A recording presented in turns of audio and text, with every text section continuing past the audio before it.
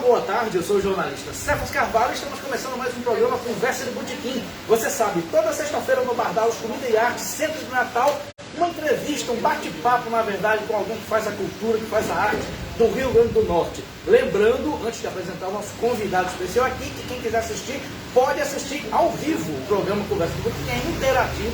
Você pode assistir no Bardalos, já tem gente aqui, inclusive, ou então assiste pela minha página no Facebook, podendo comentar. Você pode comentar, dar pitaco, sugestão, crítica, palpite e ainda fazer perguntas para César Ferrário, ator e diretor de vários grupos da novela da Globo. A gente vai falar sobre tudo isso e muito mais. E a conversa vai ser longa aqui. Primeiro, celebrar e receber nosso entrevistado César Ferrário. Bem-vindo ao Conversa com Botequim. Obrigado, Cefas. Eu vim porque ele liberou a gente tomar um negocinho, isso aí me deu um ânimo danado. Opa! Acompanho a história de Cefas há muito tempo. É um prazer, uma felicidade estar aqui e poder falar um pouco mais além dos 100 e poucos caracteres, né? Um pouco mais de tranquilidade. E vamos conversar muito, vai ser 1 hora aí de conversa, assunto não vai faltar. Inclusive ele já estava conversando aqui. Já. A gente interrompeu a conversa para começar o programa. Exatamente. Assunto, desculpe. Não, pode falar. Não, o assunto é muito, né? A gente já foi gastando um pouco para já desanuviar um pouco. A gente já falou de cinema, de Tarantino, de projetos. De projetos futuros, de muita coisa. E você vai saber muito disso aqui. Só lembrando que o programa tem produção de Raquel Lucena, José Aigo na filmagem, Ananda Carvalho tem produção e, como sempre, o apoio logístico dos queridos Lula Belmont e Ricardo Nelson. Vou repetir, quiser vir para Bardalos, venha, que o centro está tranquilo até demais, inclusive, e dá para assistir aqui. Sério, vamos conversar, vai ser um papo maravilhoso. Eu tenho um monte de perguntas aqui, eu estava vendo onde é que eu começo. Aí eu pensei, o jornalista vai começar pelo começo. Queria saber como César Ferrário se descobriu como artista, como ator. É dom de criança, você fazia teatro em colégio, teve apoio dos pais. Como é que começou essa história toda? Rapaz, eu acho assim, existe uma predisposição, eu acho, dentro de cada um. Até porque uma predisposição ao teatro, artes cênicas, eu acho que não é muito difícil de existir. Talvez até assim, as demandas do dia a dia, a cobrança que a gente recebe, leve a gente para caminhos profissionais, assim, mais, que nos dê talvez garantias maiores. Mas eu acho que quando a gente fala, eu entendo teatro como um play, como um jogo, como uma brincadeira, como um espaço de ludicidade. Então, eu acho que no fundo, se você souber pensar isso dentro das pessoas, todo mundo vai trazer, ou quase todo mundo vai trazer uma predisposição muito grande. Mas, no meu caso, apesar de entender que eu tinha essa predisposição, não como fato exclusivo, mas como fato pouco adormecido, começou no segundo grau. O professor de literatura desafiou a gente a fazer um espetáculo sobre as escolas literárias brasileiras, prometeu melhoramento na nota de quem se empenhasse, e eu não estava muito bem, precisava daqueles centavos de nota, e assim enveredei nesse processo. E no ano seguinte foi tão fascinante para os participantes que alguns ou vários daqueles decidiram continuar com a brincadeira. E você lembra qual foi a peça, qual foi o movimento? Essa primeira chamava-se Arte Pura, Literatura Sem Censura. Contava as histórias, uma crônica cênica das escolas literárias brasileiras, dentro da escola. Aqui em Natal? Aqui em Natal. Aí no ano seguinte isso foi a semente dos corpos de Shakespeare.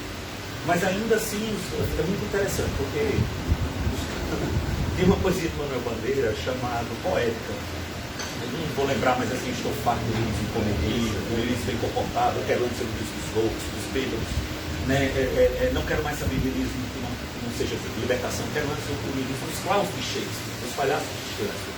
A gente disse, olha, Manuel Bandeira, fizemos essa história, aí botamos o nome do claus de Shakespeare, que legal, vocês são clown, a gente... Não, gente, vocês são expert em Shakespeare. Não, a gente também não sabe muito de Shakespeare, não. E a gente foi correndo atrás do nome, né?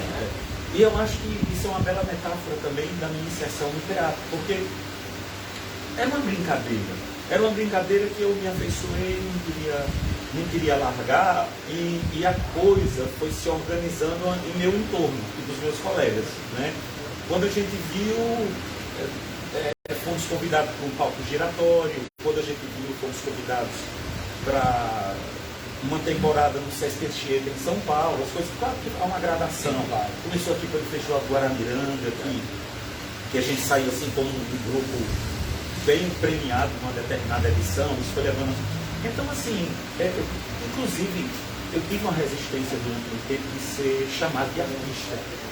E era algo muito interessante, assim, porque não era um demérito o nome artista, ao contrário, eu achava que eu não merecia esse exemplo. Eu trabalho, eu durante algum tempo tive essa vida paralela. Eu faço, eu não sou artista, essa aqui é só. Até que chegou uma hora assim, não dá mais. Eu vou ter que aceitar, né? O título de artista, eu vou ter que, quando chegar nos hotéis, em cada tem a profissão, né? Tem que botar lá todo. E me sentir assim, preenchedor, né, daquele campinho lá, profissão. Curiosidade, você viu qual era esse outro trabalho? Então, esse outro, inclusive acho que um dos apoiadores é Max Meire. Isso, Max Meire, já Flávio foi Salles. Salles, meu ex-sócio. Isso. Né? Eu fui sócio de lá há muito tempo. Grande abraço para o Flávio Salles. Grande abraço para o Flávio Salles. Fui professor da Universidade de Potiguar, curso de comunicação durante muito tempo também. E as duas coisas juntas, né? E é isso, até. Aí quando você esclarece para você mesmo, aí é uma questão de tempo e claro, e de respeito, né, e de polidez para você dar tempo ao mundo a aceitar isso. Aí fui organizando as outras coisas até que por identificação. Mas assim, só para fechar, dizer que eu acho que foi de um pouco de fora para dentro, né? Fui compreendendo as coisas.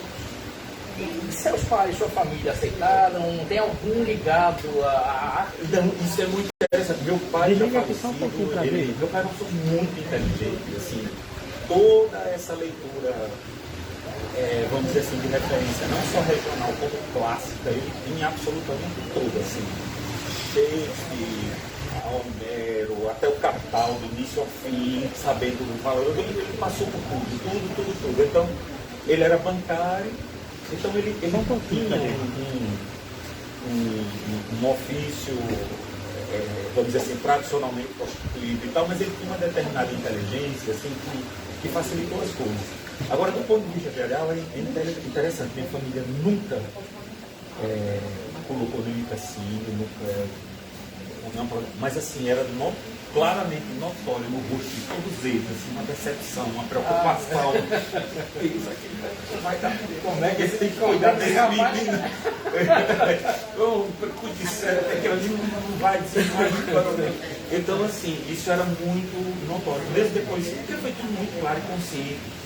O próprio grupo Klaus, quando eu larguei as outras coisas e migrei para o grupo junto com os meus colegas, havia uma clareza muito grande, existia um caminho de construção financeira, inclusive, assim, para a gente se manter. A gente entendeu que ninguém ia ser rico, mas a gente entendeu que ia dar para ter a moradia, a alimentação e tal. Minha família demorou um pouco mais a entender.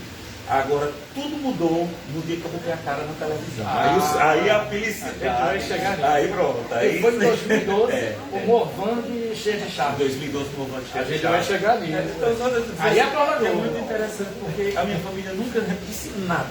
Mas foi muito transparente, assim, a mudança do meu Deus, precisamos cuidar para ter um pouco de orgulho. Não que eu ache que a televisão seja motivo de orgulho, o teatro não. É a percepção. Mas a percepção da vizinhança, inclusive, da família, dos amigos, é assim que funciona. Quitéria Kelly já disse mais ou menos isso aqui, Cetina Medeiros já disse mais ou menos isso, outras pessoas que eu conversei, é mais ou menos isso, é a percepção popular. Exatamente. Sabe mais? Então, assim, dentro desse amálgama de assuntos, eu lembro também que Tina aqui nessa mesa, ela contou uma história bem bonita de a primeira vez que eu subi no palco, ela disse, Sérgio, eu me senti tão feliz que eu disse, é isso que eu quero fazer a vida toda. Quando você subiu a primeira vez no palco, em papel, qual foi o papel, qual a peça e qual a sua percepção? Rapaz, o palco é algo fácil. O palco é embriagador. Inclusive, até digo às pessoas, olha, não mexa com isso, porque é perigoso. E porque você acaba encontrando dois tipos de pessoas, assim. ou aqueles que estão e por isso respondendo por toda a felicidade e sofrência que a profissão dita, e isso é uma verdade, é muita felicidade, mas tem uma parcela de luta que não é simples. Ou você encontra aquelas pessoas que dizem assim, rapaz, eu fiz teatro, mas eu não tive, eu preciso voltar, eu preciso voltar. Então, assim, é algo que nunca mais lhe dará paz, ou pela permanência, ou pelo egresso, assim, né? Pelo caminho egresso. Porque é algo muito fascinante. É algo realmente, é uma epifania. E qual foi a primeira peça? Que você A primeira viu peça foi... como ator? Então, teve essa da escola, mas eu acho que foi... Já deu assim um gostinho, agora acho que a experiência minha foi no Alberto Maranhão, já no ano seguinte, quando a gente montou Sonhos de uma Noite de Verão. Meu personagem era Nick Noveiro, uma espécie de um chefe lá de uma trupe cômica, né, que se insere na trama. Foi isso, acho que para todos nós, apesar das idiosincrasias, cada um na sua particularidade, mas eu acho que existe um nível de embriaguez e de fascínio que é comum a todo mundo que experimenta esse negócio chamado teatro. Maravilha! Sério, vou falar, eu amo o Cláudio Shakespeare, acompanho desde sempre. Vocês fizeram o Cláudio Shakespeare Manual muito barulho, por quase nada, que eu amo, mas, verdade seja dita, assim, respeitando os fatos, Sua Excelência Ricardo III me parece que foi um divisor de águas. Não por acaso, três atores da peça estavam na Nova Globo. Você, Marco França e Pina. Então, assim, como é que foi? A gente estava conversando aqui em off, foi dirigido por Gabriel Vilela. Como é que foi a criação, o gênese daquela peça, Sua Excelência Ricardo III? E se vocês tinham noção, vocês achavam que ia acontecer tudo o que aconteceu depois? Eu acho que a noção precisa a gente não tinha, mas o próprio fato de trabalhar com Gabriel Vilela, assim, que é um grande ícone do teatro brasileiro, por si só já era o acontecimento. Assim, a gente lutou mais de 2 anos para ter Gabriel e para levantar o dinheiro necessário à produção. Gabriel é uma pessoa cara, não por ele um pouco também, mas ele inclusive é muito generoso e um projeto como aquele, como o nosso, inclusive ele bancou algumas coisas assim, mas ele é caro porque a estrutura demandada é uma estrutura cara, né? O que ele requer, os tecidos que ele quer, a forma de trabalho, a dedicação, a estrutura sonora é cara. Então a gente levou 2 anos para conseguir juntar ele e os recursos necessários, e isso durante esses 2 anos se colocou numa espécie de incerteza, né? No lugar da incerteza. Então, quando tudo ia dar certo, o primeiro dia que a gente pisou para trabalhar, já havia um choro distribuído assim para todo mundo. Aquilo já valeu assim. E daí para frente tudo foi desdobramento. Eu digo assim, eu tive 2 grandes professores. Eu tive muitas experiências de aprendizado estético. E o Cláudio, sem dúvida, é uma das mais contundentes. Agora, o que Gabriel me ensinou, sendo nem um pouco pedagógico, foi aula. Tem um livro que eu acho incrível chamado Pedagogia Profunda, que é uma espécie de pedagogia do errado, do torto, da desobediência, que é uma pedagogia, pois esta é a de Gabriel. E quando ele foi embora, assim, ele me deixou, e acho que a maioria também, ensinou, ele redescobriu o teatro, que eu acho que eu sigo até hoje. Né? Perfeito. Cara, isso é o processo, porque a peça, eu assisti Sua Excelência Ricardo III 3 vezes, assistiria mais 30, se assim pudesse.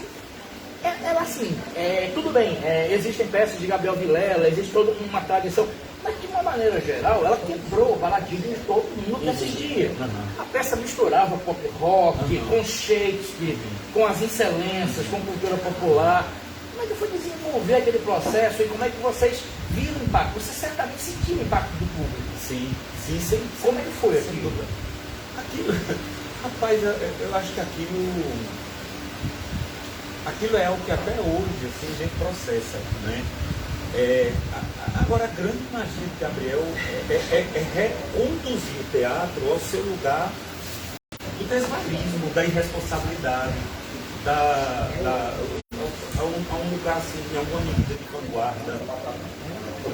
A responsabilidade do teatro seria justamente obedecer à realidade, às regras, e que às vezes a gente quando vai começar a se iniciar em qualquer processo estético, seja ele qual for, existe uma cobrança, existe uma regra, existe uma forma de fazer, e eu acho isso muito importante.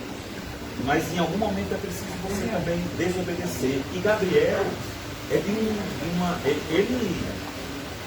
Ele quando estava em cena, criando, ele era desmedido, assim, inclusive de uma impaciência sem tamanho, assim, porque parece que o pensamento corria a galope lá na frente e a organização material daquela estrutura tinha que se virar para correr atrás, assim. E eu não consigo nem dizer se isso que partiu muito dele vem de um lugar elaborado, construído, pensado na noite anterior. As coisas me pareciam muito assim, sabe, uma martelada embaixo do joelho, um tendão patelar, um pronto reflexo, assim. Ele era de um nível criativo que parecia mais um centro, assim, era o que eu tinha a dizer. Mas sobre esse assunto, César, assim, por exemplo, eu que tenho curiosidade sobre o processo de criação, eu até comentei sobre isso no Facebook, tem uma cena, o Suíça às vezes que vale cenas maravilhosas, mas tem uma cena maravilhosa que está tendo o conflito dramático, a história sobre Ricardo III, que é uma história que envolve assassinato, inspirações palacianas, mas a peça já começa com música pop, de repente é um conflito envolvendo assassinato, envolvendo questões justamente políticas. Tudo o Galvão começa a cantar Bohemian Rhapsody, que é uma música do Queen que todo mundo conhece, e de repente pula para você, e de repente você está com o bigode igual o Frank Mercury e joga a peruca para trás, e é uma catarse na plateia. Aparece o Fred Mercury em cena. Como isso foi criado? Foi você junto com o Gabriel Vilela? Foi o Insight? Como esse processo foi feito? Vamos cantar Bohemian Rhapsody.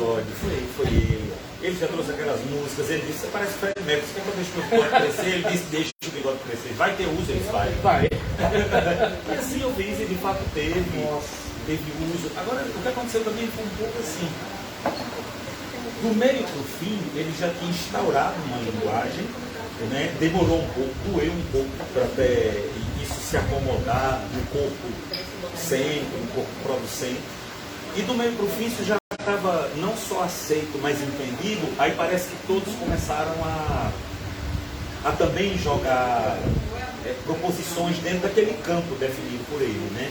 Então foi um pouco assim, mas assim, não há dúvida. Eu acho que o que ele encontrou foi uma matéria humana disponível num lugar apartado dos vícios e dos ditames, vamos dizer assim, do Sudeste, onde ele pôde se colocar fora daqui. E ele não quis nem ficar aqui, né? Ele foi para Gargalheiras. As 2 últimas semanas do processo foi em Gargalheiras, na vilinha de pescador que tem lá, porque ele disse assim, não, isso aqui é de outra matéria. Eu não quero ser envolvido com supermercado, com carro. Isso aqui ele nasce de outro barro. Isso aqui nasce de outra instância. E levou a gente para lá. E o espetáculo é parido lá, em Gargalheiras primeiro. Tem fotos, assim, das 5 horas da tarde, a gente anunciava, eles já sabiam que era ensaio, aí aquela vila, sabe como aquela vila do pescador? O pessoal já começava a chegar com cadeira, se arrumar ali, botar as cadeirinhas na frente, e a gente passava o espetáculo para eles. E o olhar daquelas pessoas é impressionante, para também me parecer que Gabriel era uma espécie de um centro emanador, para mostrar ele também no lugar de respeito e de observação e de aprendizado. Ele observava aquele público. Ele via quando a galera estava prestando atenção, ele via quando a galera dispersava. Quando entrava numa epifania, quando a catástrofe das pessoas, né? Assim, então, inclusive, essa medida me fica até hoje no teatro que eu pratico. Assim. Existe um lugar do entendimento, da intelectualidade, para alguns poucos iniciados que detêm uma determinada informação, mas existe um lugar da catarse, nem sempre explicado, e esse é generalizado. E esse vem de um lugar muito mais profundo, num uma linha ancestral da nossa cultura, né? Sabe-se lá como isso se organiza, isso se dá muito mais democrático e generalizado. E eu acho que era isso que ele buscava, né? Por isso que ele foi para lá, por isso que ele prestava atenção na reação daquelas pessoas. Aí, quando acabou, é muito interessante, porque era um espetáculo que algumas tem maravilha. Olha aqui. Obrigado. Eu já cheguei aí.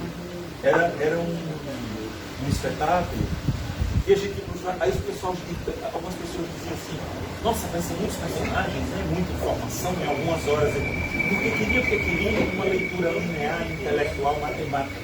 Aí eu esqueço nunca um feirante, Miguel Barnabé, tem um carro que vende calça, camisa nas feiras do interior, Emanuel Frasquinho.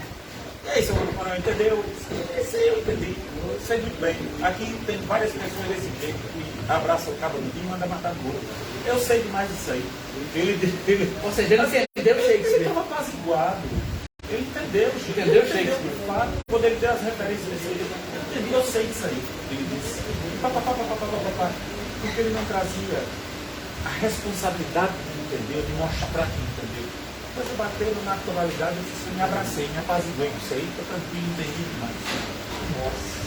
Eu acho isso aí, eu acho que essa é a grande genialidade de Gabriel e é um grande ensinamento que ele traz enquanto o lugar do teatro. Eu vou corroborar isso que é o nome Miguel Manel do Barnabé. Manel do Barnabé. Eu acho que foi a segunda vez que eu assisti Excelência, foi na Praia de Pirangi. Eu estava do lado de umas crianças. E tem aquela cena que também é maravilhosa, que você, como um matador, o assassino, já tem pergunta aqui, já vou ler, obrigado, Ananda. Achei que era um matador. A representação. A conta é comigo, eu que convidei. Aí você não viu, eu acho que quando você viu que eu consumi, você vai pedir para rachar. A gente negocia. Lembrando que você pode fazer pergunta, dar pitaco aqui, pode comentar. Então, aquela cena, o brilhantismo, como que foi resolvido, para quem não viu a peça, e tem bastante coisa, tem no YouTube a peça, é fácil achar. Eu não sei se ela tem na íntegra, mas tem vários trechos. É isso, eu fui pesquisar, eu vi vários trechos. O de Freddie Mercury tem umas 3 versões. Maravilhoso. Filmava, E uma cena maravilhosa é quando você encarna o matador, você já pega uma persona. Né, eu acho que fundou-se ali. É sério. Eu acho que fundou-se ali. Que foi explorado por Rede Globo, né? Nunca mais eu parei de fazer matador depois que o Gabriel me botou. Pronto, a gente vai falar sobre isso. Que as crianças, não teria como representar duas crianças, evidentemente, na peça, são representadas por dois corpos pintados com olhos. É um choque para quem está assistindo. Agora, quando eu assisti com 40 anos, com um canudo. Eu estava com uma mãe, com os dois filhos do lado, eu estava com amigos da minha idade, pessoas da minha idade, e uma mãe com dois filhos do lado.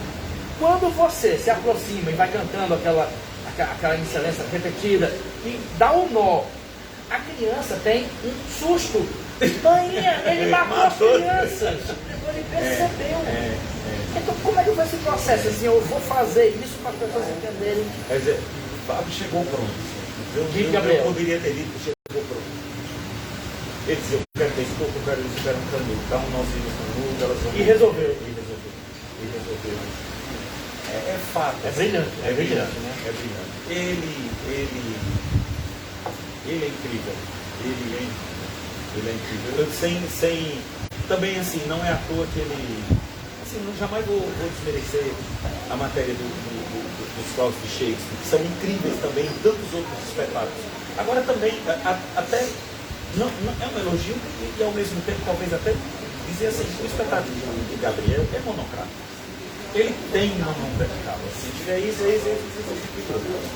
Claro, isso é muito interessante também. Ele respeita a natureza de cada um, acho que essa é a grande história dele. Ele entende muito bem o lugar, ele tem uma coisa que ele diz assim, eu boto cada um no seu lugar de mais livre. Eu acho que a grande sacada dele, ele vê, isso aqui não funciona aqui, mas esse funciona aqui. Então ele diz, e ele faz questão também de dar um lugar de brilho para cada um durante o espetáculo. Que é o que aconteceu com Excelência. Todos têm. E é uma estratégia incrível, porque isso valora o coletivo e o espetáculo todo levanta. Assim, a impressão que dá, a pessoa vai cansando aqui, já surge outro ali. Essas pessoas são incríveis, né?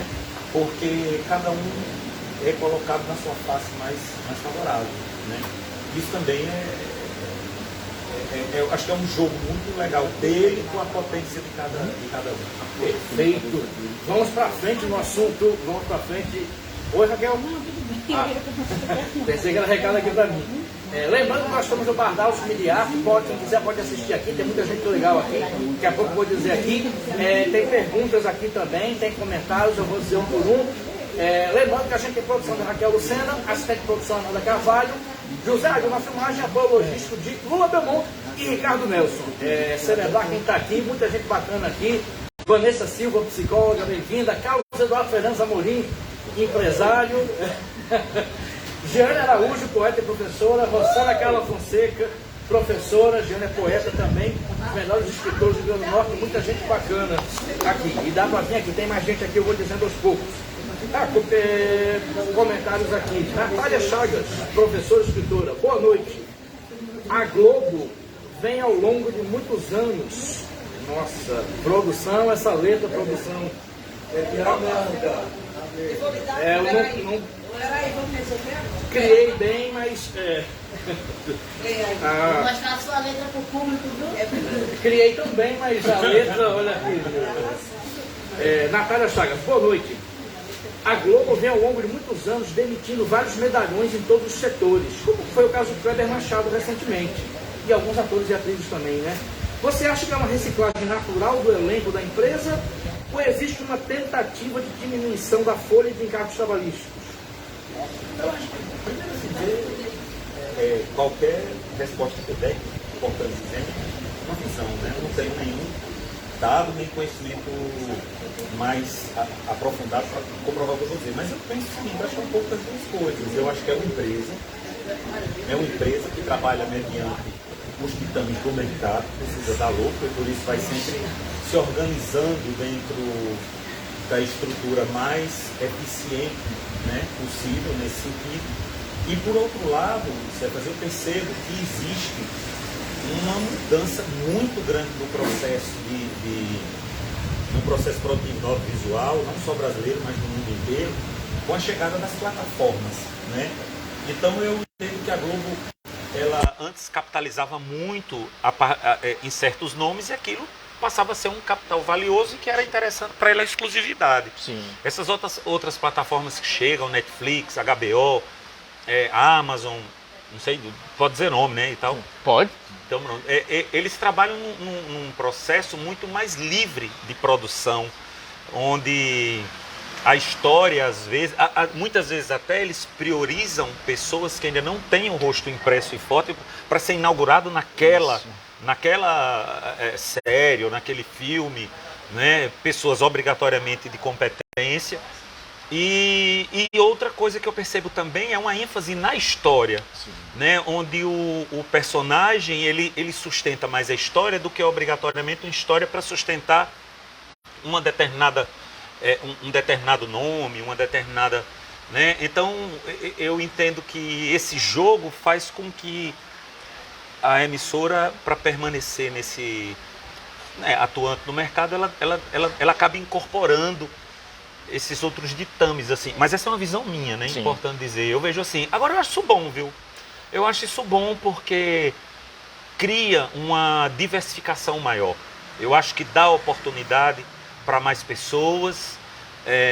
E assim, eu sempre nasci assim, aqui me criei vendo talentos tão grandes e de certa forma existia ou existe, está diminuindo, né? Era um monopólio muito grande, assim, era um plantel único, exclusivo. Sempre os mesmos, sempre os mesmos. Se você estivesse dentro, maravilhoso. Se estivesse fora, que era a maioria, tem uma quantidade de talento não fora, entrava. Incrível. E acho que hoje, com essa grande democratização tecnológica, aí eu não estou mais nem só falando das plataformas, né? A produção de cinema do audiovisual do Rio Grande do Norte, da Paraíba, de Recife e tal, eu acho que acaba que isso vai abrindo mais espaços e esses outros talentos, essas outras potências, assim, vão de uma forma ou de outra, acabam tendo uma possibilidade maior de serem contempladas. Perfeito, Vejo assim. Perfeito. Acho que respondeu bem, Natália, sobre isso. Tetê Bezerra, Tetê é irmã da governadora Fátima Bezerra, uma velha amiga. Beijão, Tetê. Tetê é uma querida. Sou fã, grande ator, arrasou. juntamente com os nordestinos em Mar do Sertão. Acompanha a relatora. Múcia Teixeira Múcia Batista. Teixeira. Muito chiado. Eu acho que já resolveu. Teve um probleminha aqui no chiado, a gente pede desculpa, mas é assim mesmo. Quem sabe faz ao vivo e quando é ao vivo também acontece, né, César? Exatamente. Já deve ter acontecido com os Klaus também. Sempre. É certo, é batata. sempre acontece. Maria das Vitórias Freire, diretamente com Currais Novos. Maria Poeta. Está chovendo por aí? Não. Era um probleminha no microfone, mas foi resolvido. Continue. Adélia Costa, presidente da SPVA, Sociedade dos Poetas Vivos e Afins. Está chiando tanto hoje. Chiar só eu e César Não, de vez em quando. não tô dizendo chiu, não. Eu sou a minha mãe a minha mãe é de Niterói, meu pai é daqui. Meu sotaque é uma bagunça. Ai, meu Deus do céu. Aí vamos lá. Pergunta aqui de Adriana. Adriana, diretamente de Parnamirim. Recentemente eu assisti uma novela que você contracenou de Valci Carrasco. E como foi contracenar com os maiores ícones da TV brasileira? Laura Cardoso, Fernanda Montenegro, Lima Duarte. Foi dona do pedaço, foi isso? Essa foi, talvez... Do outro lado do Paraíso. Do outro lado do Paraíso. Eu acho que ela tá falando das duas, né? Das duas. Se for as duas, tá faltando Marieta E Marieta Severo, ela falou. Marieta Severo. Gostei muito do seu personagem, apesar de ter sido malvado. Pronto. Valeu, Adriana. É uma pergunta que eu ia fazer. Como foi trabalhar com esse pessoal? Depois a gente volta pro Bovan. Nossa, assim... Então, começar por Marieta. Marieta é uma pessoa incrível. É muito interessante, assim, porque... Às vezes, assim, você visita a televisão, né, uma produção de novela, e existe, sim, toda uma aura criada em torno da ambiência, das pessoas. E eu não acho isso de todo fútil, eu acho isso muito interessante. Já desde Fellini, de La Doce, existe algo muito interessante nisso, assim, também. Acho que esse lado do glamour do cinema, da televisão, eu não vou mentir, eu não sou preconceituoso nesse sentido. Mas... é fato também que tem pessoas que têm muita clareza sobre isso, sobre essas instâncias, sobre essas máscaras, né, sociais, e tem o pé no chão muito bem colocado. E Marieta, aliás, não só Marieta, assim, a maioria dos grandes, sabe? Fernanda Montenegro, tive a oportunidade de trabalhar com ela também. Você era o neto dela, se eu não me engano, na novela. Eu era o neto, eu era neto dela. Isso. Que era um matador. Eu não sou noveleiro, mas eu acompanho, mas né? Sabia, era. Tive uma oportunidade, tive uma cena que eu carregava ela nos braços. E ela é bem levinha. Ela é leve. Eu disse, meu Deus, eu nunca vi algo tão leve, tão pesado. Mas você, com o maior cuidado, né, César? Então, com cuidado. Eu disse, meu Deus não do céu, posso. Que coisa leve e pesada, assim, que quanta responsabilidade. E assim, e ela é incrível, nossa, e conversa, e fala, e não falta assunto, e do jeito que a gente está aqui, porque são pessoas, acho que o teatro nos coloca no lugar de pertencimento e igualdade, que passe pelo que passar, seja quem você for, parece que você sempre vai trazer. E a gente conversava. Eu fiquei 2 meses morando no hotel com ela no Rio Grande do Sul. Eu e mais algumas pessoas, lógico, né? E a gente era fadado ao mesmo café, ao mesmo almoço. Sim. E ela dizia, não, porque não sei o que lá. Ela falava assim, porque o Nelson me disse, que Nelson? Nelson? O Rodrigues. Nossa. Ela dizia assim, Dizendo assim. Dizendo assim, porque você nunca vai saber que Nelson e Rodrigues, porque assim, ela tá sim. E contava muita história e tal. Então, assim, é para dizer que a maioria dessas pessoas são gente, sobretudo gente de teatro. Sim. Né? É isso. Assim. É bem falado, porque Fernanda Montenegro é de teatro. As pessoas conhecem ela da televisão, mas ela faz teatro. Sim. Ela fez muita peça com o Geraldo Thomas, que era o genro dela, que foi casado com Fernanda Torres. Sim. Ela se funda nesse lugar. Sim, ela fez os clássicos todos. Sófocles, Shakespeare. Sim. E conhece e fala com fluência sobre todos esses, assim. É uma pessoa maravilhosa. Então é isso, assim, é dizer que há a demanda de trabalho, há os desafios de cada produção, mas esses, assim, a maioria dos que foram citados são pessoas, gente. Marieta Severo, inclusive encontrei ela recentemente num espetáculo lindo dirigido por Henrique Dias, Kiki Dias, que fez o Timbó em Mato Sertão. Isso. Chamava O Espectador. E, nossa, ela estava linda. Era ela, A Renata Sorrá também, que é outra Obrigado, Ricardo. incrível. Aí assim, passou-se todos, e quando vê é o mesmo abraço, é a mesma coisa, é a mesma lembrança. E ela... O Chico Buarque sofreu muito, né, nesses 4 anos, assim, ele foi uma pessoa muito atacada. Sim, né? muito. E assim, talvez aos olhos da maioria, isso não se diz, mas eles são famosos, eles... Mas não, isso machuca as pessoas, assim, né? Claro. Enfim, reencontrá-la agora num momento de muita vida, reestreando teatro depois de toda uma pandemia. Isso. Acho que não vou me estender mais não, é só para dizer assim, essas pessoas elas têm glórias e dores do mesmo jeito que todo mundo. Perfeito. Nós estamos, continuem mandando perguntas, as perguntas estão muito bacanas até agora, continuem mandando comentário, pitaco, crítica. Se o som estiver ruim, fala também, porque aqui a gente faz ao vivo aqui. Acho que é bom a gente começar de novo, né? Hã? Começar de novo. Começou o quê? A parte que ficou ruim, a gente começar de novo. O problema é saber qual foi.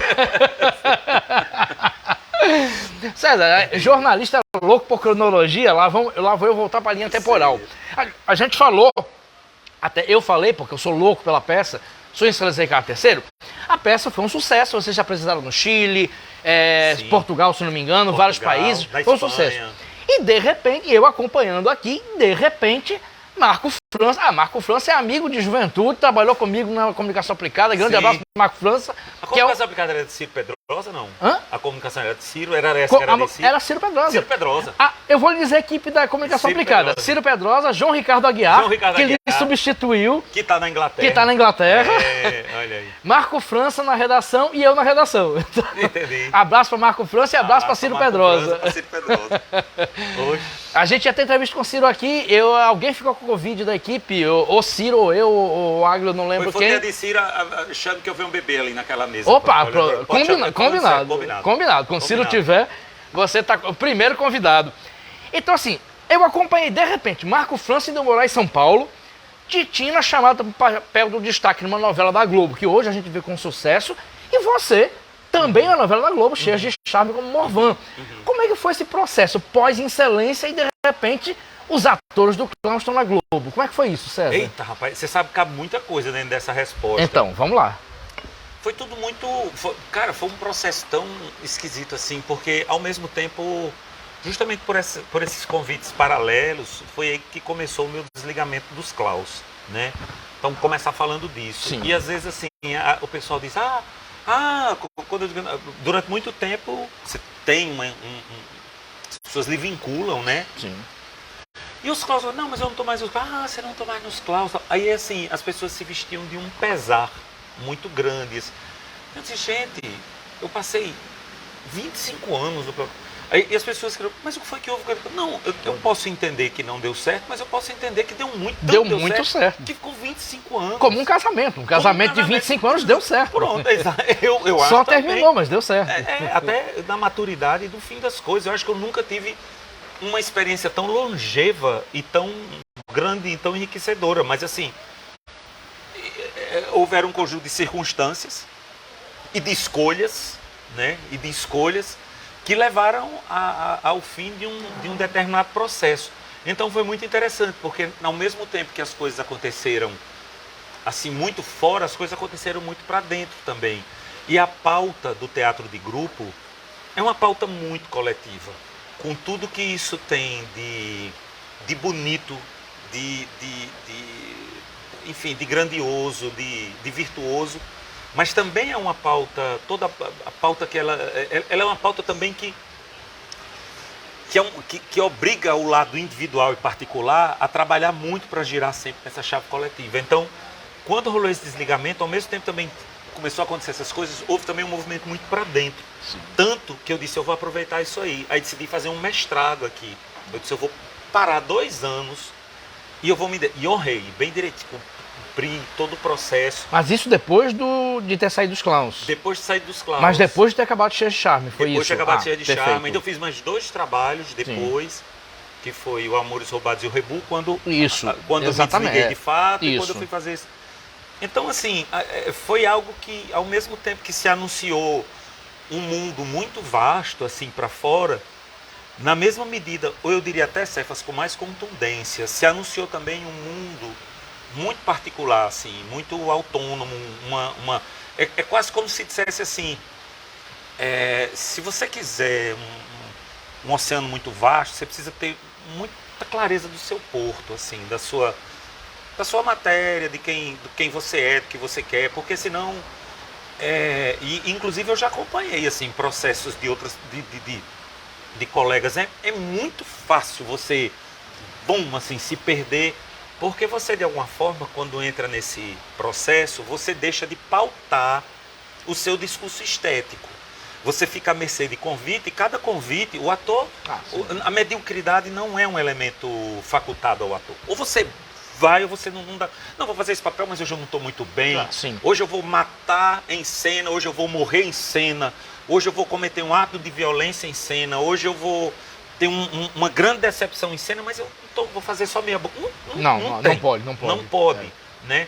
Então, na hora que você diz sim, é um mergulho vertical e desmedido, né?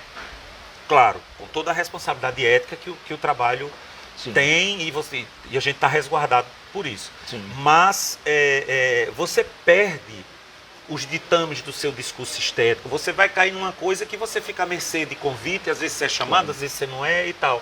Então é muito importante também esse alicerce contrário, você também fundar os seus espaços de discurso dramático, teatral, né? Você criar suas estruturas produtivas para alternar e também não perder a sua autoralidade, né? Então acho que as duas coisas aconteceram há muito tempo. Enfim, eu acho que é bom. Essa resposta não acabou, não, mas eu vou interromper porque Mas eu vou continuar. Como é que foi a sensação de repente, você tá no Chile, em Portugal, fazendo Shakespeare dirigido por Gabriel Vilela, e de repente você tá na Globo, no Projac, num sistema industrial, para usar um termo que Quitéria e Titina usaram, um termo industrial de gravação. Mas industrial. Como é que foi essa transição, César, que foi rápida, que eu lembro? Obrigado. Rapaz, mas você jogou uma luz no lugar, mas eu vou só passar rápido por outro. Eu não tenho medo dessa palavra. O cinema aceita muito bem. O cinema é uma vertente industrial. Ele não se furta a isso. Isso não significa dizer, não vou nem falar da televisão, falando do cinema ainda, isso não significa dizer que aquele modelo industrial de produção, ele não pode ter um coração artístico, né? Mas assim, falando a televisão, foi tudo muito ligeiro. Eu acho que ao mesmo tempo que eu acho que eu fui ajudado pela descrença, porque quando eu fiz um trabalho, eu disse, não, gente, pelo amor de Deus, foi só isso aqui, eu vou voltar para casa. Que foi esse primeiro. Que foi o Cheio primeiro. de charme. Isso aqui não tem cabimento. Isso aqui eu vou voltar para casa, acabou e tal. E durante muito tempo eu trabalhei nessa chave, assim, não, fechou, é o último, e já chegava aqui rapidamente me organizando para produzir, mas não era uma coisa inventada, eu disse, não, gente, não tem cabimento, entendeu? Até que acho que somente nas últimas vezes, mesmo agora, foi que eu entendi assim, gente, só por uma questão de organização, talvez seja bom eu entender que eu posso voltar sim. Mas acabou voltando, e várias vezes. Você falou, o Rebu, o Outro Lado do Paraíso.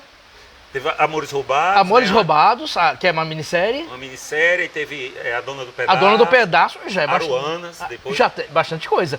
Aí por fim, Mar do Sertão, que é a coisa que a gente vai falar mais Sertão, daqui a pouco. Mas é bastante coisa. É bastante coisa, então está um fluxo ainda. Mas Cefas, assim, também é importante dizer, por mais aterrado que seja a pessoa, por mais que você não largue das suas consciências, da sua clareza de vida, eu também vou dizer uma coisa, é impossível você não entrar ali ali no Projac, ali na Globo. E aquilo de fato exerce um fascínio muito grande. Você começa a ver os seus ídolos de infância sentados na mesa assim, né? Você começa a ver, olha fulano ali, para todo lado que você olha, para todo lado que você olha, você diz, meu Deus do céu, porque eu nasci em Mossoró, né? Eu fiquei um bom tempo, minha adolescência em Mossoró, e a televisão, ela funda um espaço lúdico muito... É até interessante, assim, porque quando você chega lá, você vê, por exemplo, o Mato Sertão. Eu vi como era Mato Sertão em casa. As pessoas... Você vê aquela cidade, aquele universo, aquelas pessoas, a estradinha para chegar. Aquilo é uma mentira. Aquilo é uma mentira. Aquilo existe umas 5, 6 tapadeiras, uns determinados recortes que você abre câmera.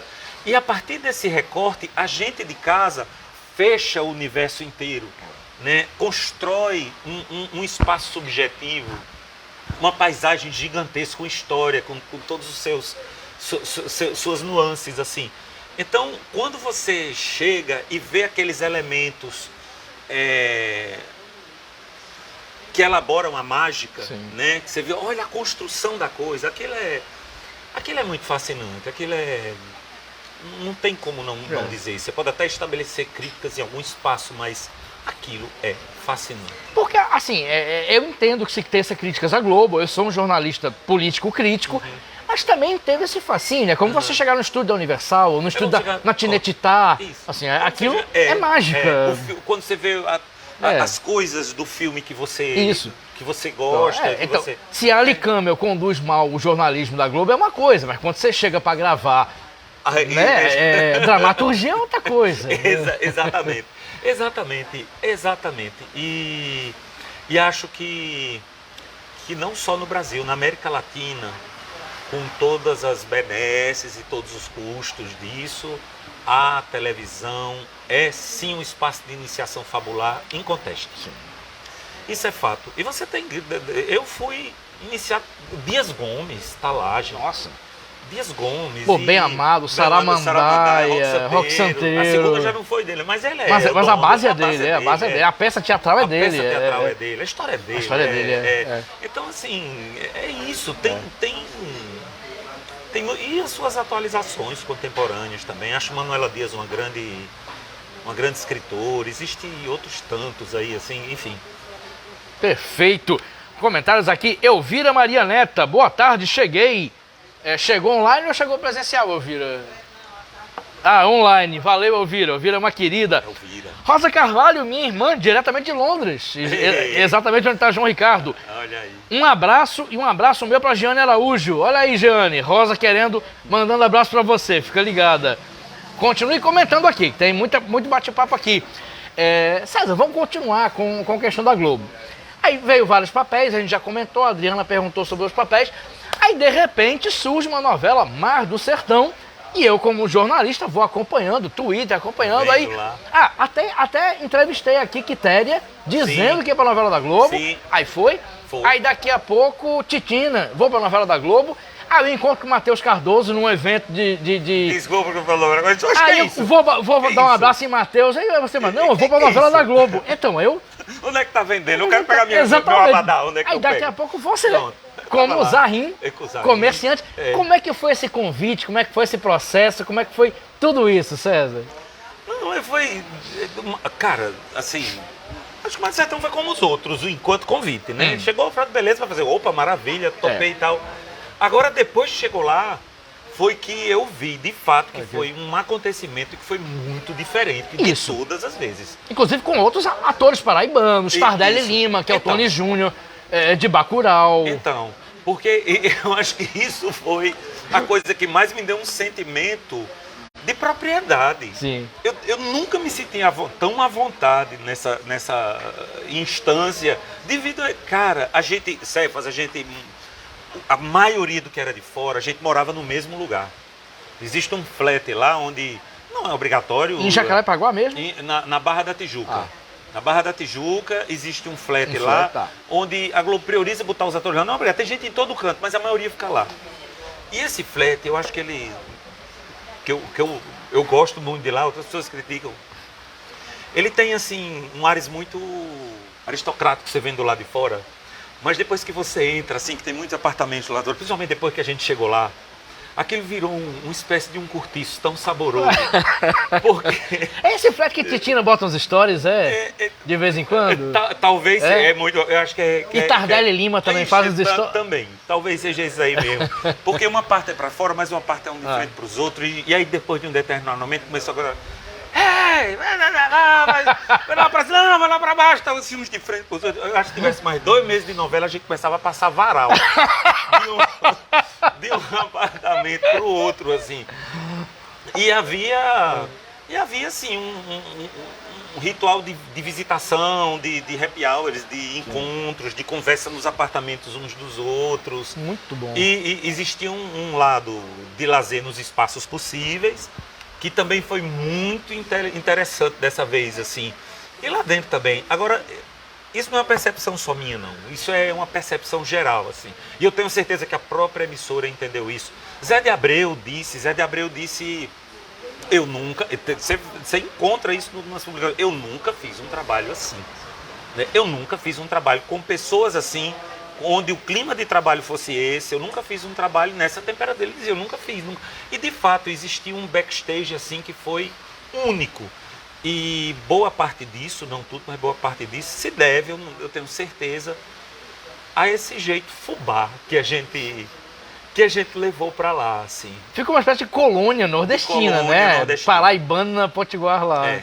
E isso se traduziu, a gente teve sorte, porque isso se traduziu, quero crer, em resultados também, assim. Porque a novela foi um sucesso. A novela foi um sucesso. E isso não é opinião minha, é com Não, base isso é números. Isso, exatamente. É É em números. base Além de crítica, é do números Ibope também. e em base de recall da emissora. Então a que novela. prolongou. Exato. Não foi prolongada por isso, mas é fato. Mas fez parte. É. E o seu personagem, César? Fala um pouco. Assim, você Cara, fez parte de um núcleo divertidíssimo. É. Você com Quitéria, a minha filha de vocês. Labibe.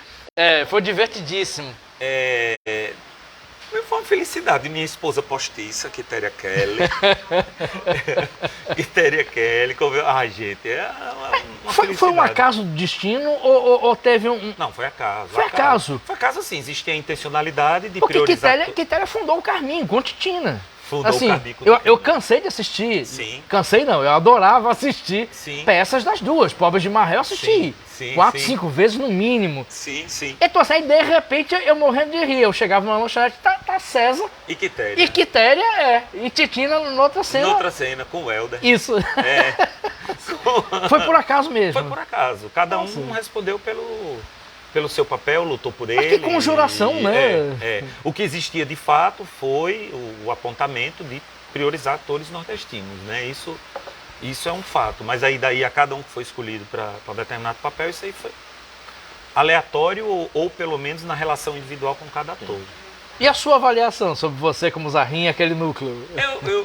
Assim, eu gostei muito do meu núcleo. Eu acho que isso é difícil falar de si. Agora, teve uma coisa muito legal nesse personagem, assim, que foi me tirar de um lugar que a televisão me alçou, e eu adoro, eu amo, que é o lugar da marginália. Quer pedir outro? Não, eu acabo essa aqui. Tá. Ainda tá geladinha, Oba. mas eu vou pedir outro. Claro, deve. Já. Deve. A conversa é de botequim, César. Mas é isso, eu acho que ela me tirou de um lugar e eu acho que isso me abriu certas nuances, assim, até para você se experimentar, para você se ver que isso é legal. Sim. Agora, também para deixar claro, não tenho nada contra esse lugar de perigoso. Eu adoro, sim. Não tenho, assim, na minha índole, eu acho que eu me sentiria sem nenhuma aderência com qualquer papel, assim, candidato ao bom mocismo, entendeu? Eu adoro essa irresponsabilidade na fábula. Na fábula, sim. Essa irresponsabilidade marginal na fábula é um prato cheio, é uma delícia, de um sabor. É melhor que ser o mocinho, né, César? Já me disseram isso, assim. Sabes, quer ser o mocinho? Você quer ser o vilão. Eu quero dar. Quero espocar umas coisas, assim, já queimei casa, já joguei carro em penhasco, já joguei carro em açude, isso é incrível, é como se eu tivesse estendido as brincadeiras de criança, né? E sendo pago para isso e filmado, né? E filmado, exatamente. Opa, e haja aqui comentário.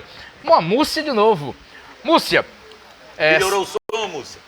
Acho que sim. Acho que melhorou, porque ela tá falando comentário. Pergunta. César, fale sobre o prêmio que você ganhou agora com o trabalho do Grupo Paraibano Sertão Teatro. Ah, rapaz, o prêmio do humor, que é o CEMIG, ele é um grande prêmio do Rio de Janeiro. Pô, vamos lá. Pronto, todos eles estavam. Tava a Marieta, tava lá, Sim. tava o próprio Helder, que é dos melhores do mundo, fazia Isso. Sababodó. Que era o Joseph Klimber. Poxa, né, Joseph Klimber, Pochá, Diogo Vilela, enfim, é um prêmio maravilhoso que eu dividi o melhor texto teatral com o Jordano Castro, do Grupo Magila. Jordano Bruno foi queimado há 400 anos. O Jordano Castro, do Grupo Magilu de Recife. Não, Magilu é famosíssimo. Pronto, nós dividimos texto e direção com o Sertão Teatro, que é o Grupo Tardelli. É um espetáculo chamado Alegria de Náufragos. Adaptação de um texto de Tchekov. E aí foi isso, assim. Aí a gente recebeu esse prêmio lá de... Rapaz, eu não sei se você sabe, também estão fazendo justiça, a própria Múrcia tá no Rio. Acho que ela tá no Rio ainda, porque eles foram concorrer ao prêmio Shell. Com Candeias. Com Candeias. Eu não assisti Candeias, não consegui assistir. Assista. Louco pra que volte para Natal. Porque eu fiquei de cara, eu chorava tanto. Nossa, eu passei vergonha de tanto que eu chorava. E assim, é importante se dizer que o espetáculo ele não tem um apelo trágico, um apelo dramático. Ele é simplesmente uma história singela. Eu disse assim, mas por que é que eu estou chorando? E foi um espetáculo de baixíssimo custo, construído embaixo de uma mangueira, apresentado debaixo de uma mangueira, em que eu fui num sábado de manhã assistir e pum, caí de costas, assim. Disparou algum gatilho seu? Algum gatilho. Agora sim, volto a dizer também, não foi só meu não, porque tinha várias pessoas, tanto é que tá aí, né? Fez pouquíssimas apresentações no Rio de Janeiro e foi pro prêmio Shell. Prêmio Shell, que maravilha. Tava concorrendo, e Marco França concorreu também, só que por São Paulo. Por São Paulo, isso. Isso é importante dizer, a representatividade potiguar é desproporcional. Isso é algo para a gente bem se orgulhar. registrado. Bem registrado. Porque a gente está muito distante da estrutura e assim, não é difícil, não é fácil furar. E quando eu começo a ver a quantidade de potiguares que tinha lá, é algo improvável para a nossa distância, para o restante do nosso país, que é tão grande. E nem sempre daqui a gente dá muita conta dessas coisas. Concordo. Inclusive, registrar que antes da pandemia, eu assisti Marco França como protagonista da peça As Cangaceiras. Você assistiu no Alberto Maranhão? Com Badu Moraes. Badu Moraes. Não, eu perdi no Alberto Maranhão. Eu assisti em São Paulo, no Teatro Sesc, da Fiesp. No Teatro da Fiesp. Ele brilhando. E Badu Moraes, que é de Parnamirim, e também mora em São Paulo hoje. Um abraço para Marco, Badu. já mandei. Um abraço para Badu. E realmente eu concordo com você. A representatividade de Potiguar está muito grande. Muito grande mesmo. Tá? É verdade. Aqui a produção tá lembrando, hoje no Bardalos, Bob Marlowe, olha, com clássicos do reggae autorais, daqui a pouco música. E amanhã o DJ Sogos, com a noite Brasil Adentro, entrada free, olha aí essa. Olha aí, música boa no Bardalos, Bardalos sempre animado. Eu adoro esse lugar aqui, Bardalos, isso é incrível, nada mais nosso do que o Bardalos. Do que o Bardalos, é maravilhoso. Certo, agora vamos passar, a gente já falou muito da Globo, quem quiser fazer perguntas sobre Globo pode fazer, mas vamos falar de teatro agora. A gente falou dos clowns de Shakespeare, falou da Globo, mas aí você entrou na casa de Zoé, produtora maravilhosa, e de repente vocês me saem com Meu Sertão, Meu Seridó. Meu Seridó. Que foi um projeto de Titina, eu acompanhei várias entrevistas, mas dirigido por você. Isso. A peça é um alumbramento, uma coisa maravilhosa, uma mistura musical, de história, assim, é um primor de figura. É o João Marcelino, né? João Marcelino. O figurino é maravilhoso. Então, eu pergunto pra você, como foi o processo do Meu Seridó? Qual a avaliação que vocês fazem daquele resultado? Porque a peça é linda. Rapaz, linda. A gente teve, inclusive, em cartaz no ano passado, não sei se você sabe, no mesmo teatro que você viu o Marco França. Naquele teatro, a gente ficou um mês ali. Eu passei batido. A gente ficou um mês vocês ali ficaram... naquele teatro da Fiesp. Eu vi que vocês foram, mas eu achei que era outro. Eu não sabia que era lá. Eu pensei que era Sesc Pompeia, não... Não, era lá. Era lá no Fiesp. Aquele, era ali na base da Fiesp. E aquele teatro é um presente. É lindo, é o Teatro SESI, né? Teatro não SESI. Não é Sesc, eu falei errado, desculpa. É o Teatro SESI dentro da Fiesp. Isso, é o Teatro Popular do SESI. Isso, assim, em plena Avenida Paulista, isso. A gente ficou um mês lá e foi tão incrível assim, mostrar que o espetáculo, apesar de alguns anos, né, de sua estreia, ele ainda está muito vivo, e a gente é gratuito, né? Importante Isso, dizer. exatamente. Mas ainda assim, alguns espetáculos eles enchem, outros não enchem. A gente teve essa felicidade de encher todas as noites. Que maravilha. E, enfim, é um espetáculo que está aí, está vivo ainda. Foi um espetáculo, depois que teve todo esse momento que eu falei de mestrado, exatamente dos Cláudios de Shakespeare, a gente disse assim, a gente precisa de um lugar de trabalho, de um lugar de expressão. E a Casa do Zóia veio a ser essa instância, veio a ser esse lugar. E o Meu Seridó foi o primeiro espetáculo que a gente montou. Isso. Eu lembro que ele é um texto de Felipe Miguez, que é o mesmo autor de Cheias de Charme. E as pessoas podem dizer, mas isso está o Felipe, que é autor de uma novela, que vocês fizeram parte, para escrever um espetáculo do Seridó, mas é preciso observar a história de Felipe. Porque muito antes dele ser autor de novela, ele é responsável pelos textos assim emblemáticos da Companhia dos Atores no Rio de Janeiro. Inclusive um texto que eu sou fascinado, que chama Melodrama, e que para mim aquilo é uma aula de dramaturgia, e esse é o verdadeiro motivo, que eu disse assim, a história de um lugar, ela é passível de absorção, eu posso compreender, eu posso estudar. Agora, a olaria teatral, né, aquele barro ali, você não ensina em poucos meses, assim. E a textura de Felipe, ele ficou muito feliz com o convite e se mudou, veio passar, durante os 2 meses ele teve enterrado no Seridó, por aqui.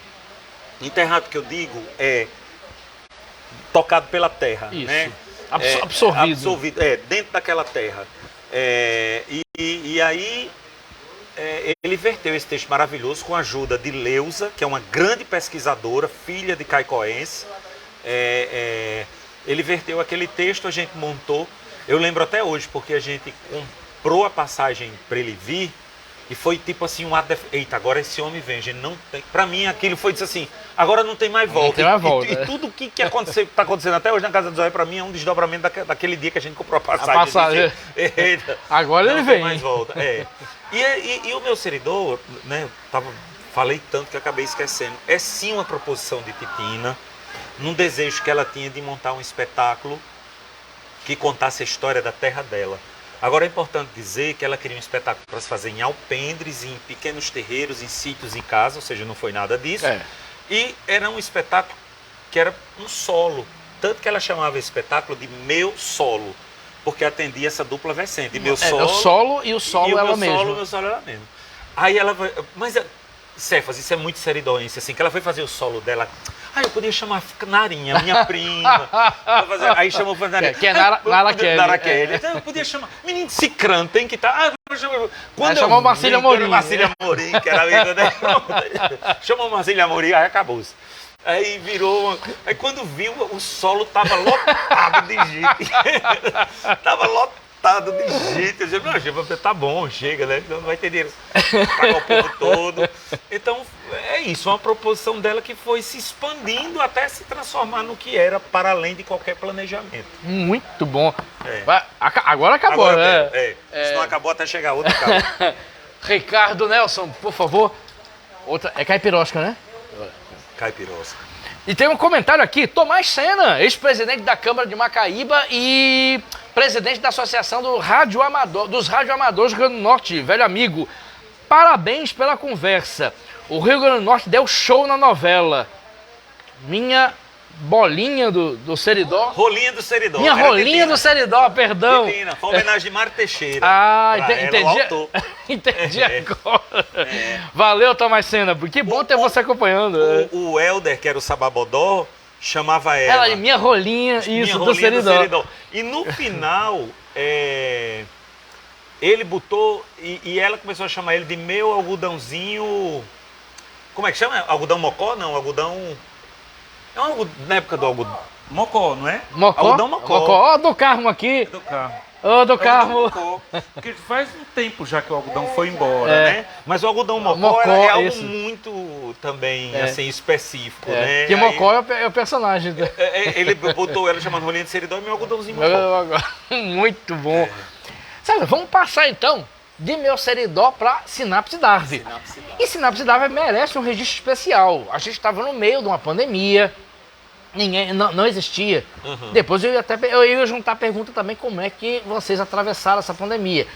Porque jornalista e escritor, que é o meu caso, ainda consegue produzir sozinho, mas ator é em público. Então a pergunta dupla: como é que vocês, como Casa de Zoé, como é que você, como ator e diretor de teatro de rua, passou pela pandemia e como é que na pandemia pensou, em pleno governo Bolsonaro, uma peça falando sobre ciência, sobre Darwin? Como é que foi isso? Sobre evolucionismo. Evolucionismo. Né? Em detrimento de um ciência, ciência. Como é que foi isso tudo? Tem muita resposta aí, viu? Pode mandar que estamos aqui no bar. Cefas, eu caí, assim, sobre atravessar a pandemia, eu vou contar, eu caí numa circunstância, assim, muito atípica. Eu acho que eu dei muita sorte. A minha realidade, ela não foi a realidade do artista brasileiro.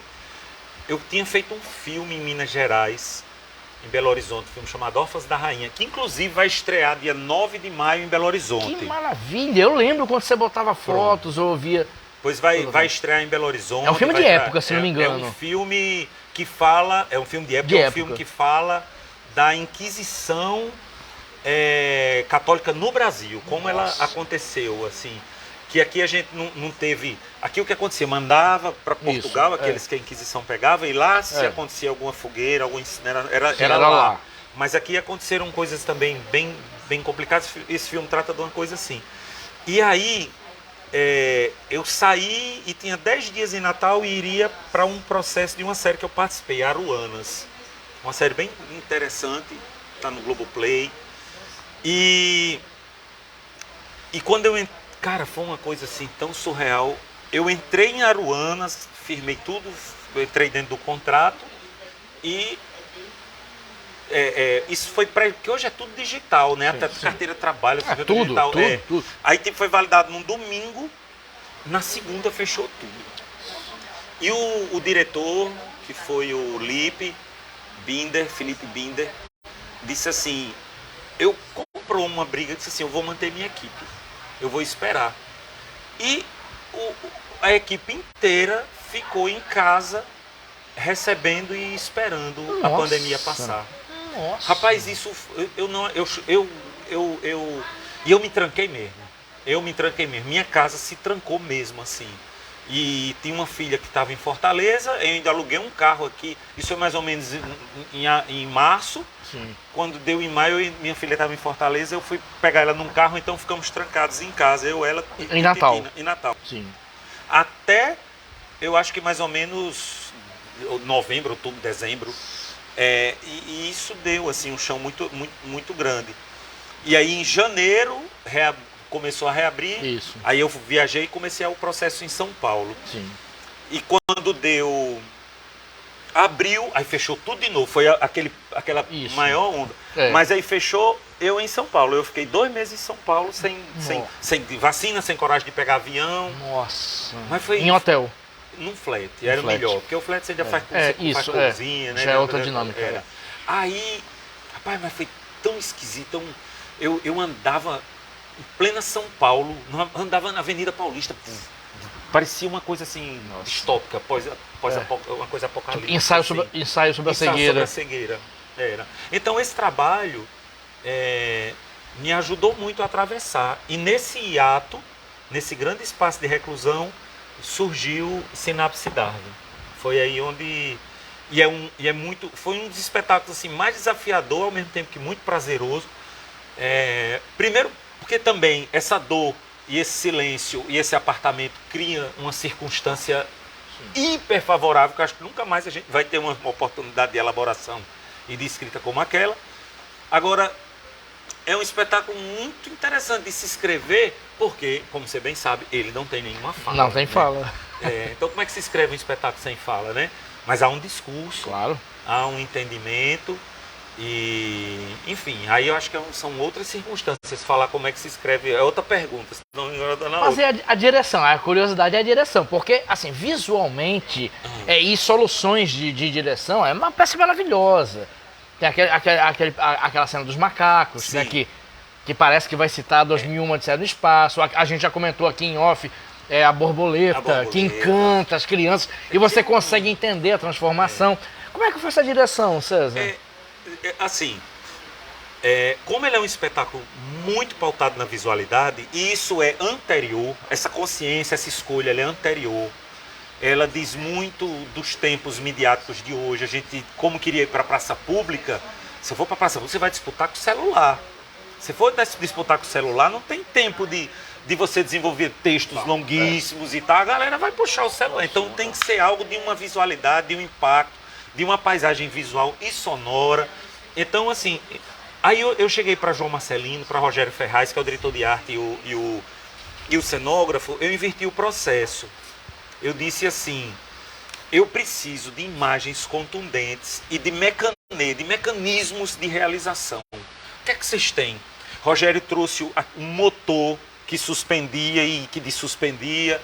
Aí veio a ideia e trouxe o sleeve que corria. João Marcelino trouxe... Então, assim, me tragam que eu dobro a dramaturgia para atender o que está sendo oferecido por vocês. Então... Isso, inclusive, eu acho que foi de grande alimento para eles, porque eles não precisavam lutar. Se eles tivessem algo muito interessante, independente do que fosse, trouxesse, que eu dava um jeito de dobrar a dramaturgia. E isso certamente se manterá no próximo espetáculo. Opa! Sem dúvida. Inclusive, já existe até uma elaboração maior na ideia narrativa para atendê-los nesse lugar. E... sobre a história em si, Cefo, se eu me estender muito, você diz. Pode se estender. E só precisa da caipirosca, né? Não, mas eu tenho um pouco já está chegando. Não, Cleiton está chegando. Aí, existe uma percepção de entendimento do mito, o mito histórico, o mito narrativo, né? O mito grego, o mito das histórias que a gente, né? Que ele toca... Obrigado, Cleiton. Ele tem duas pontas. Uma é um entendimento de que ele toca a realidade na sua vertente factual. Sim. Romeu se apaixona por Julieta. Isso. E a outra vertente do mito, ela toca o universal. É de um sentimento amplo que se repete a cada dia em milhões de vezes em muitos lugares. Assim, é algo de uma estruturação, não sei se eu estou sendo muito rebuscado, de uma estruturação mais platônica até, né?